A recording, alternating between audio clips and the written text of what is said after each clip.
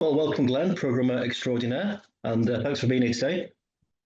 Hi, Phil. Good to be here. Great. Well, you've had a long and successful career. So, where did it all begin? How did you get into computers?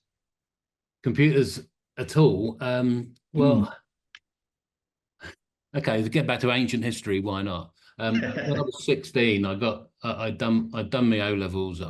They were pretty good, and I was staying on in the sixth form, and the only thing I'd got an A in was technical drawing, and I thought I was going to become a draftsman or something, and then in the sixth form, sort of doing three A levels in maths and geology, weirdly, especially for somebody who wanted to be a draftsman. I thought, no, I didn't want to be a draftsman. I thought I might be a draftsman based on my O level results. I had a lot of free periods, and in the back of the physics lab, they had a couple of Commodore PETs. So the first computer I ever saw was a Commodore PET, and I started playing around with writing basic stuff on it, and I quickly tried to write something that was a bit like a game, where you had like a Space Invader base at the bottom and something, and something going across the top to shoot, and instantly, ran into the problem that probably most games programmers did at the time, where as soon as the bullet starts moving, the ship stops moving, and the idea you got to get all these things running together. It became a problem that I had to try and solve, and then I got a little bit beyond that and was typing in little bits of assembler in machine code from magazines and stuff. And then by the time the first ZX81 advert came out, I ordered one from the very first advert and got it. I think it turned up in January 81, and then within about 2 hours of owning it, I'd run out of memory.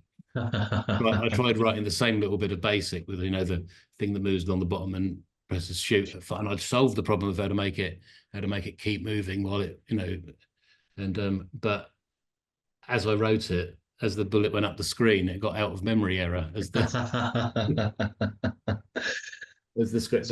Yeah, at this rate, it'll take forever to talk about it, but it was interesting at school because computers distracted me from my A levels, and I got very bad results, really. Ironically, with the maths, with the stuff like the vectors and matrices in maths went completely over my head, as did all the stuff about calculus. It just seemed irrelevant, because I was learning to program, and at that point, programming wasn't graphical, not on a PET or a ZX81. There was no sort of actual, seemingly there was no application for actual maths in it. So I ended up failing my well. I got 2 E's and then a D and 2 E's or something. So it was pretty ropey. And then I thought, well, I can program a bit now. I'm going to get a job in programming. Ended up I had an interview and got offered a job in London, but it was like $5,000 a year, and I would have had to have commuted, and that would have taken up, even in 1982, that would have taken up like a third of the money just and I ended up taking a computer operator job for 4 years. That was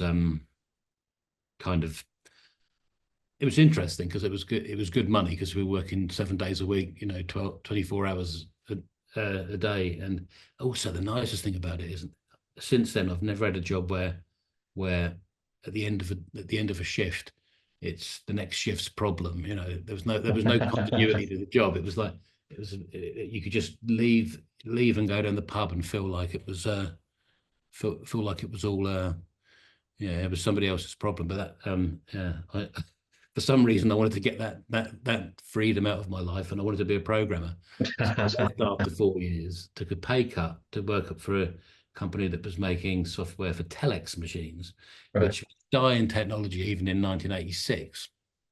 And I got made redundant in 87, and I'd spent that year I was working in that job hanging around in a video game shop in Guildford.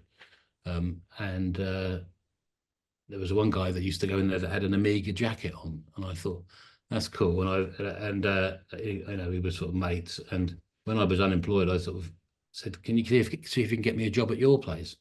And they were a company called Taurus that was making a relational database for the Amiga.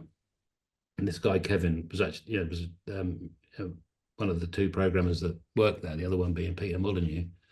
And I went along for an interview, and spoke to him. This is something that Peter Molyneux's got a history of this. I spoke to him for about 2 hours about programming and stuff, and had a lovely conversation with him. And then after the 2 hours, he said, "But we haven't got any vacancies. We've got both the programmers we need." And he said, "What else can you do?" And I said, "I could draw a little bit." And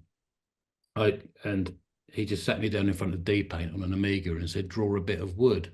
And like, I'd seen D-Paint on an Amiga before, and I wanted to play around with the smear and blur tools. So I ended up picking a palette of sort of shades of beige and brown, and managed to sort of, with a blurry effect, do something that looked a little bit like wood grain on a plank of wood. And he gave me a job out of that.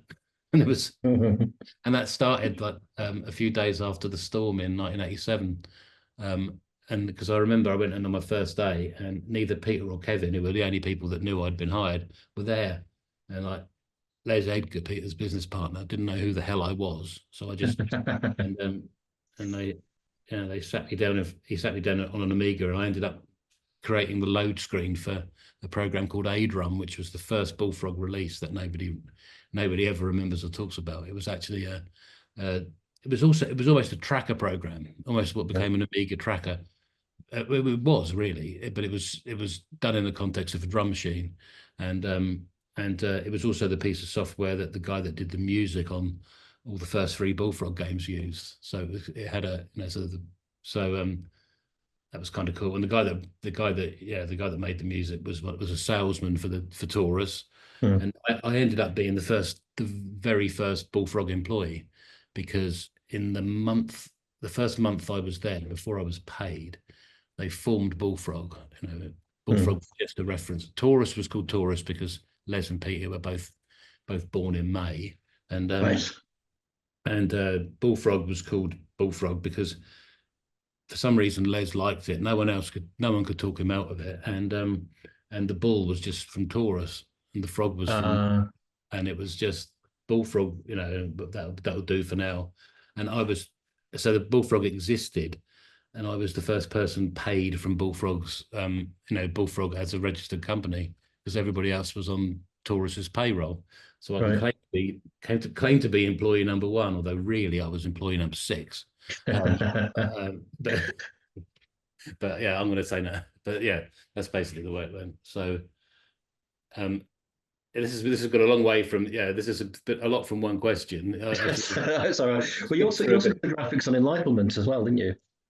Yeah, I've skipped all the computers that I had over the years as well, because the interesting thing about being an artist at Bullfrog is that I'd actually been a programmer, sort of in my spare time, playing around with stuff. Yeah. And I'd written bits of machine code, and I'd written stuff like maze generators and little scrolling, one character at a time things on the ZX81.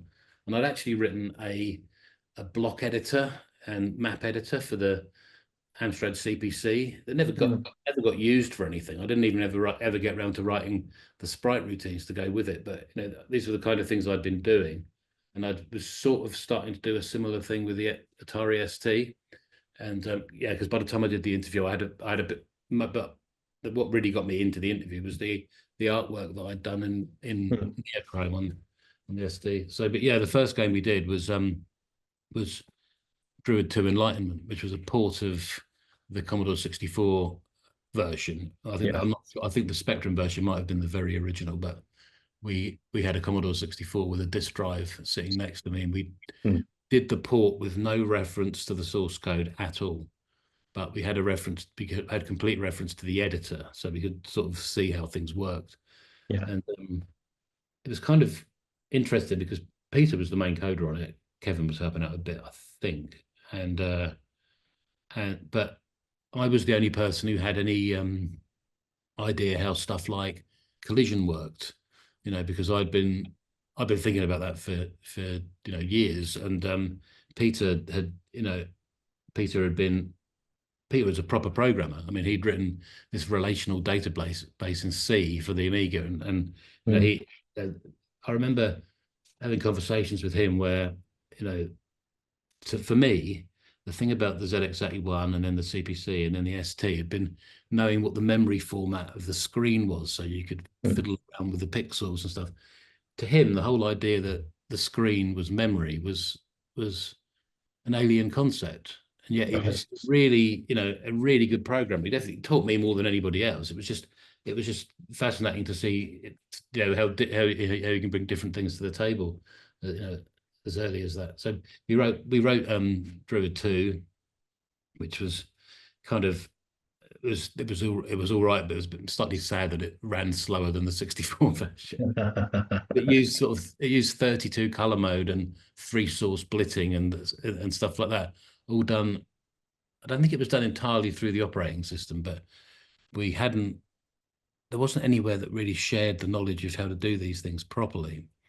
Um, and then the next game we wrote was Fusion, which was sort of based on an upgrade of the same editor and a lot of the same tech, but that used half bright mode and Yeah.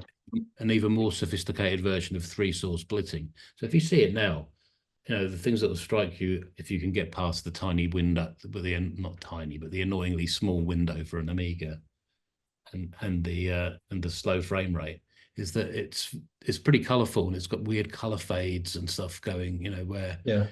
it sort of have there was some interesting trickery being done, because the three source splitting on the Amiga. Is it okay if I get really nerdy on Yeah. this? Yeah. But yeah. The three source splitting on the Amiga is designed so you've got your source sprite and a mask, and then the destination, and they'll get combined in a certain Mm. way. But what you can do if you're drawing a backdrop is you can have three source splitting where you're sort of saying, I just want to mix this thing and this thing through this mask for the first, and that's sort of how the blocks worked. And they had all these weird sort of things where we had, like, you'd figure out the correct strange masks, and you'd have two blocks, one of a fence going that way, one of a fence going that way. But if you had the right combinations of um of masks, you could get all the sort of different combinations of it going around different corners and stuff. So it Right. was all it was all very, yeah, it was all very fun to work with technically, but it didn't but it wasn't a great game. It was sort of, we just sort of said, oh, let's mix a shoot 'em up thing with a puzzle game, and it just sort of fails at being both, because it's Right. well, if you're getting into the puzzles, you're just annoyed by this onslaught of badly designed, attack wise aliens coming at you. And if you're trying to enjoy the shoot 'em up, you just get annoyed by the fact that you're blocked by these weird puzzles. And the puzzles weren't difficult. They were just like, go and flick this switch, and how do you get to there? And yeah, those two games they weren't successful. I think they bought in about £7,000 each from Mm.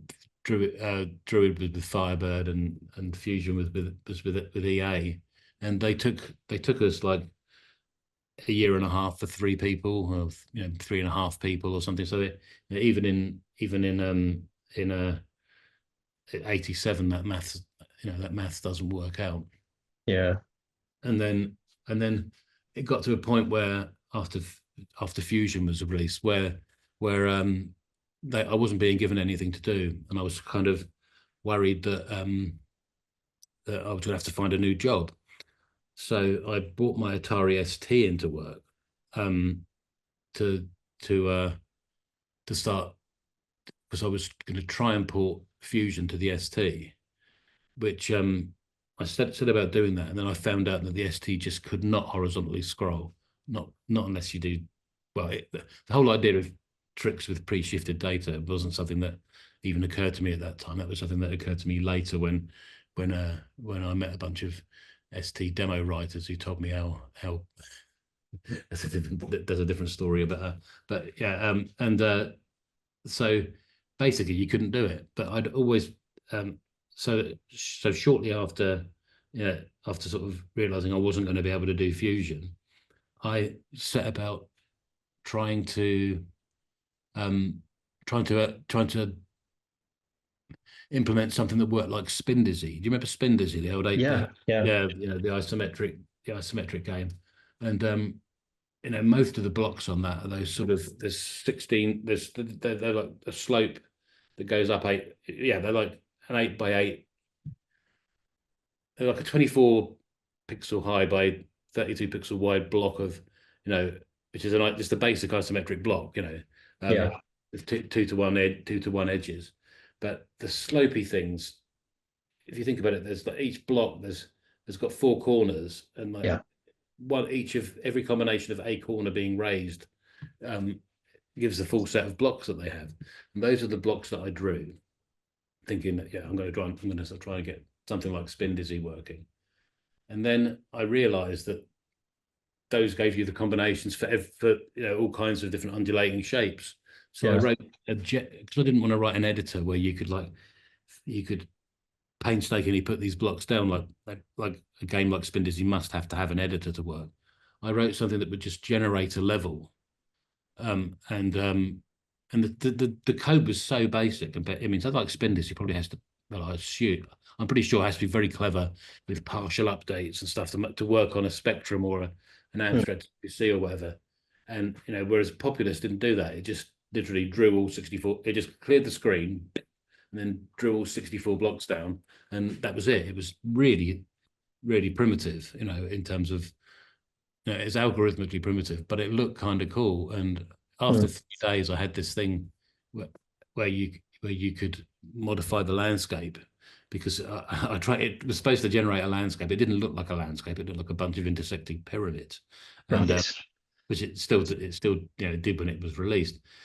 My initial attempt at that was like, well, I'm going to sort of write the most basic editor there is. I'm going to make it so you can raise and lower the corners, and it'll figure out the which blocks to use, and that mechanic went from being a half-assed attempt to try and write an editor to being, the actual basis of the gameplay. It was quite.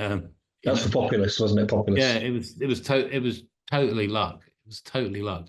And after 3 days, it was after the August bank holiday in 1989, no, 88. I showed it to people on the Tuesday morning, and because I'd spent the whole weekend at work. But basically, it's very sad. Nothing better to do on August bank holiday weekend and sit in an office in Guildford on my own and write this demo. But and everyone loved it. No one knew exactly what we were going to do with it, and it's interesting. I've had this thing of these piles of old floppy disk boxes, and I've had this theory that somewhere in one of them there was a version, a backup of it after the 3 days work. Yeah. And I recently went to a retro gaming event where I got all the discs in these boxes scanned and got all the ones that were actually STs and tried them in a real ST. And I found one that wasn't the 3 days work, but it must have been about 5 days work, because the very first demo I had of this, you could raise and lower the land with a joystick. Mm-hmm. And the first thing Peter said was, "No, that's got to work on the mouse." And I got it working on the mouse very roughly. It was really horrible and fiddly, and you had to get it exactly right, and sometimes it would miss the click and stuff. But that's what this demo I found was. And the most amazing thing about it was, at that point it was already called Creation, which was the working title. So that might mean that very early on the idea that it was a God game had come up. Or maybe by that, I'm not sure, but I was just amazed to see that it already had that working title after just a few days. And then because the next step after that was to get it ported to the Amiga. So Peter could work on it, and that was that's on my YouTube channel if you want. If you right, I'll put a link to that later. The 5 day thing. Yeah, I think my YouTube channel. I think it's G7ENNX or something. It's stupid. I should really change it to my actual name. Um, sorry, I'm probably rambling too much. No, it's great. So you said that it started to come together as a game. When did it take that step into becoming an actual like a God type game? I mean, you said creation and all that, but how did it all come together? Where did it all fall into place?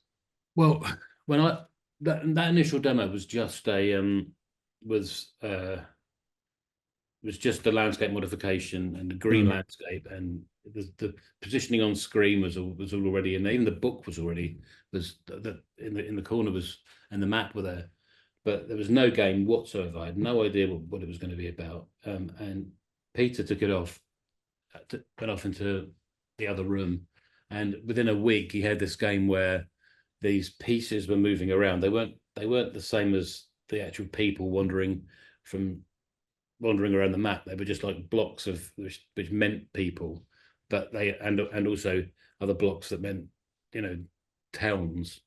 And he got that working in about a week as well. The initial thing with but it was very sort of, it was almost turn based, and we just sort of refined that for the next 7 months,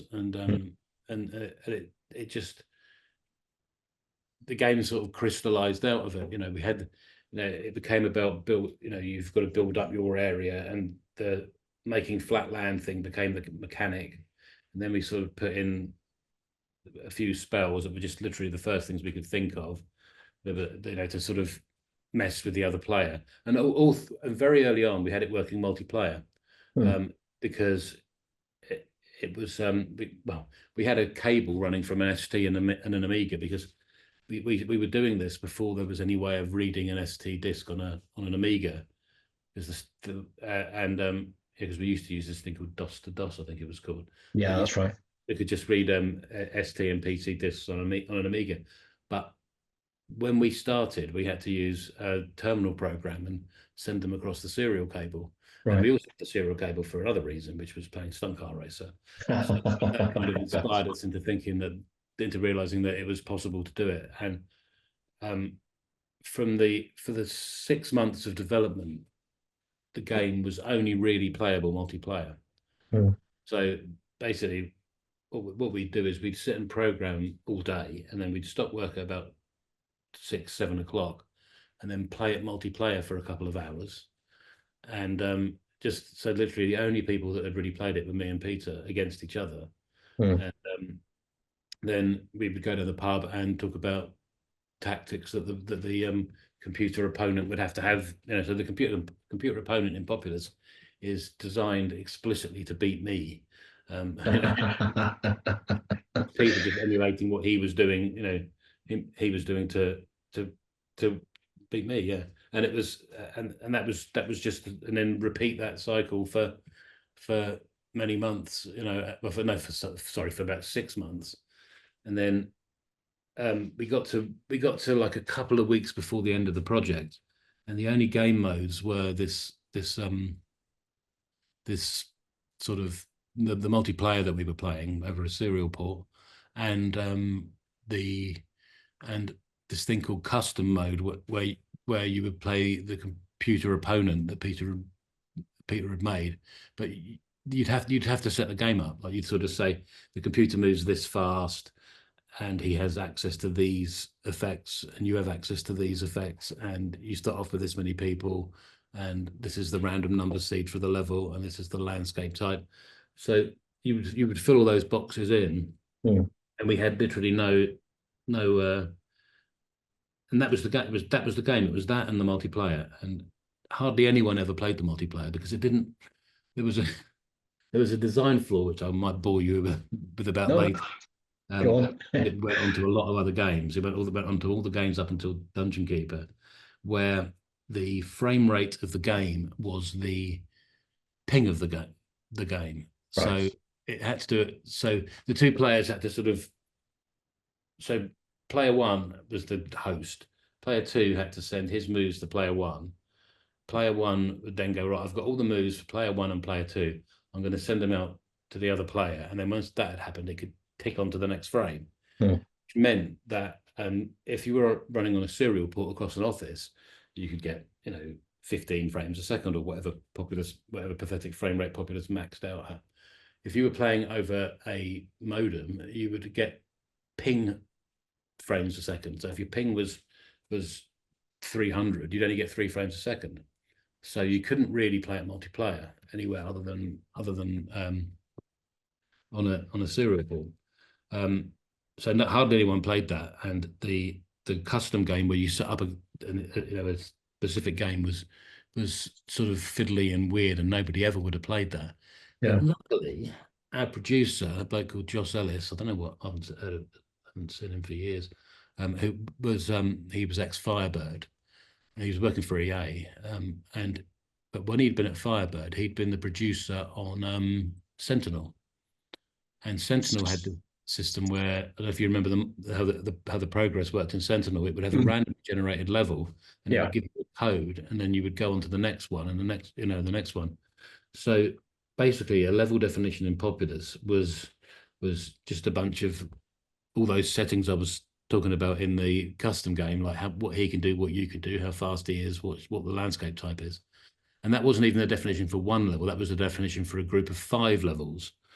And like you would finish with a score which would let you skip. It was rigged to make it so that it never let you skip more than about 6 levels, and and if it was a very low score, you'd only skip maybe 1 level. So that was the progress you went through. You went through the levels exactly like the Sentinel system. Even and with a code generated to get back into the same level. So that mode that everybody played, it literally only existed for about 2 weeks before it went into QA. Yeah. Before, if we hadn't have had that revelation of doing that, it probably nobody would have played it, because it would have just been this weird oddity that didn't really have a game in it. It was so much luck or serendipity or something, involved with Populous. It was great to work on. It was just but we were all just winging it, and Was there any problems with the AI at all that you had to change? well, that's a really interesting point. There was Peter had been writing this thing, and my role on it was I'd written the landscape system, I'd drawn all the graphics, and I was doing the ST porting back to the ST, and doing bits of the Amiga code. Obviously most of the code I was doing was cross-platform, but my work was kind of done, and I was at one point, Peter had a hard disk crash and lost a lot of his work, and we had to start up from the last. We had to sort of report it over from the ST, and which was a much more primitive version. It had all of the sort of visual stuff in it, the UI and all that stuff, because that's where I'd been writing it on the ST and porting it to the Amiga. But it didn't have all of the gameplay that the Amiga version had. So, and at that point, I didn't have much else to do. I had actually ported Fusion as well to the ST by making it a vertical scroller only, which is a real cheat. And it was a very, very simple little rush job, and most of the work was done by the guy who redesigned all the levels. But I was in the process of getting that thing through QA, so I was literally sitting around waiting for EA to come back with a problem with the ST version of Fusion, and Peter was having to rewrite everything from scratch. And it's funny because it's the only time that I've ever done any. Well, it's one of 2 times in my career where I've done any buddy coding, where you two people sit side by side, and it was so productive. And one of the cool things is I can tell you exactly how the AI algorithm works, because I was there as it was being rewritten. But just sitting there and sort of saying, you got a typo there, or why don't you try doing this way, and being it just working together on it.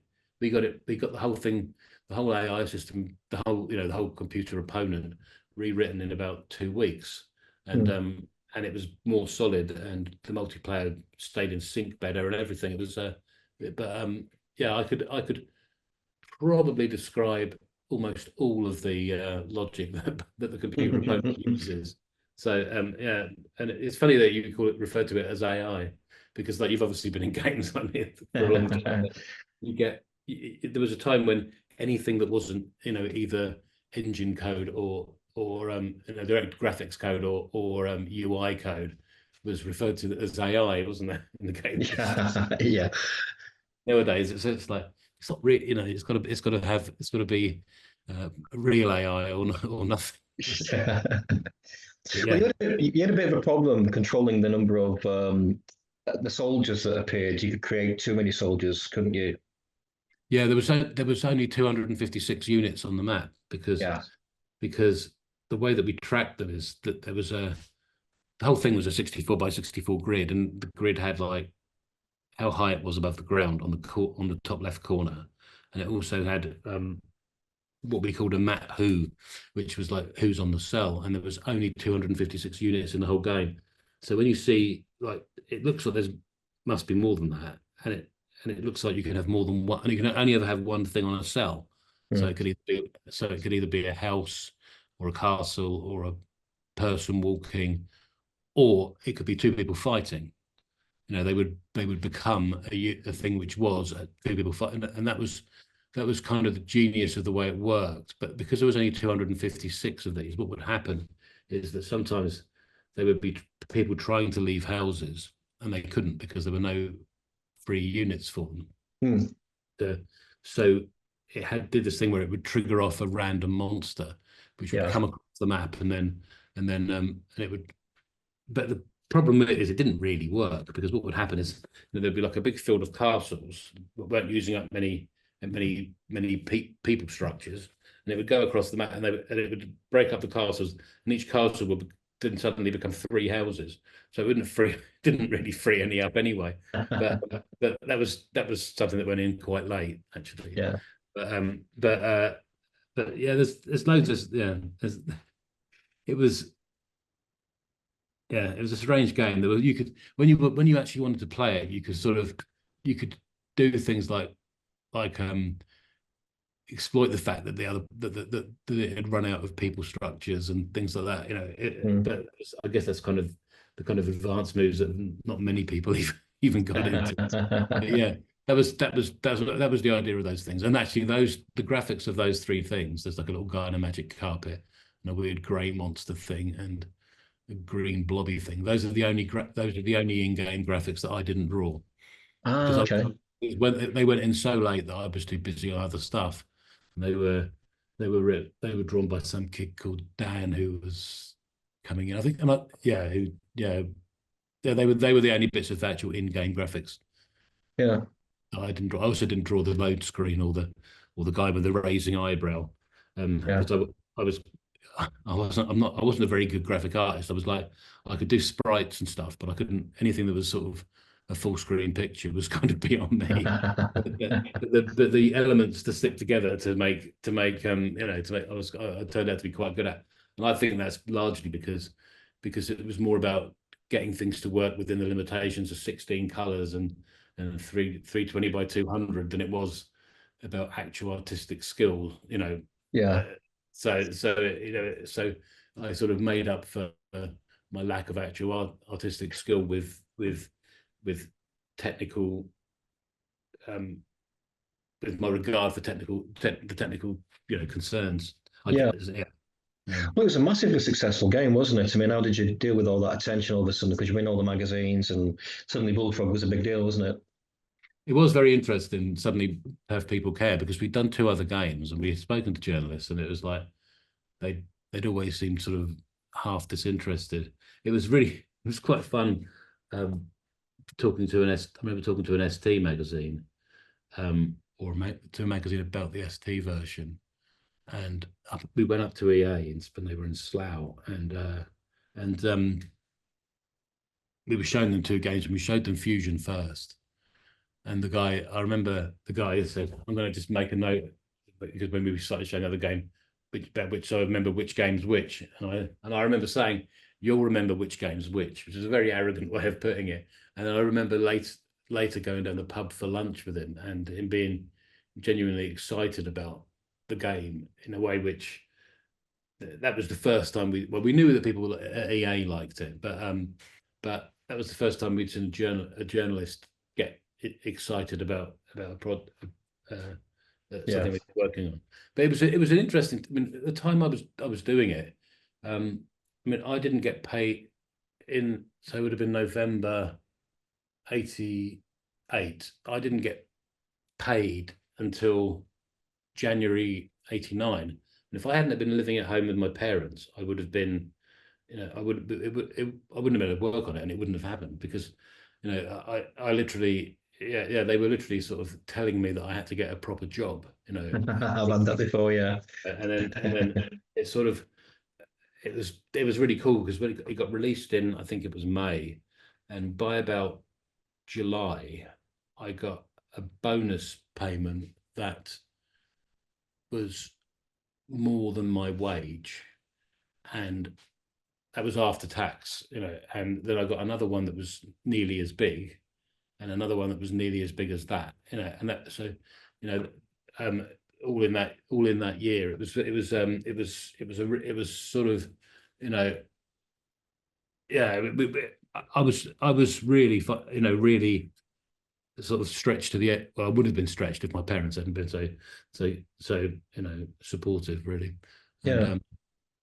And I think Bullfrog wouldn't have survived if it hadn't been for Populous. I mean, it already had sort of, it really felt like it was, when I brought my ST in to do that original prototype, Peter had gone back to working on the database. In fact, Taurus had another product, which was a CAD package, which had been written by somebody else, and Peter added a programming language to it because he had a programming language in the database. So that's the kind of thing that Peter was able to write. I was the guy who knew what a sprite routine was and how collision worked. But he was the guy that could add a programming language through a relational data. Really, it's a different kind of programming, really.